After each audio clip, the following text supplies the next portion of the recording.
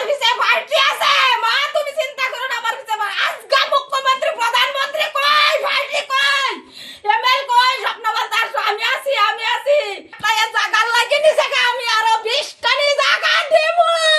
আমার ছেলে না দো বাবা মুখ্যমন্ত্রী, তুমি বাবা হইলো তোমার বাবা তোরা কই, আমার ছেলে না দাও ও জবাব দাও।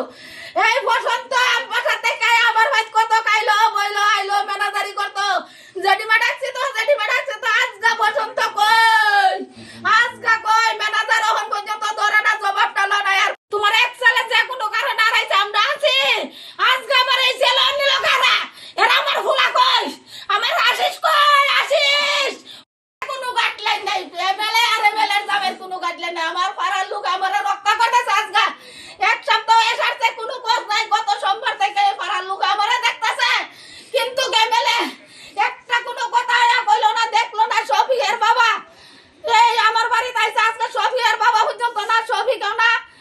মানে কি করতাম এই 2টা 3টা না বালক লই আসা, আমি একটা অসতন্য গোটায় চালান লাগাইতেছে আজকে।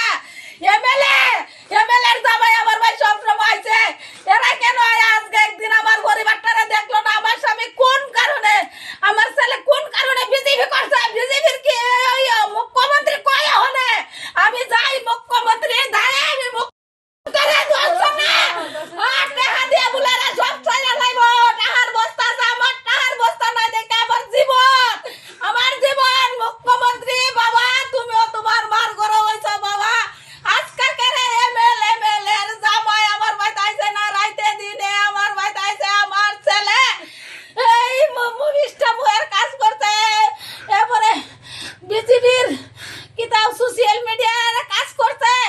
আমি কইছি বাবা রে আমার সংসার তুই একলা রে বাবা, আমার একটা রাইলাইছে 1 ঘন্টায় মিনিটে ফুস করছি, প্রধানটা কইছি উপপ্রধানটা কইছি তোমরা অন্য দিয়া যায়। আজকে আমার ছেলে অত ক্লান্ত ভাবে বিজেপি করছে, মুখের কার্ড আছে, মেম্বারশিপের কার্ড আছে, এমএলএ আমার ভাই সব সময় আইছে, সব সময়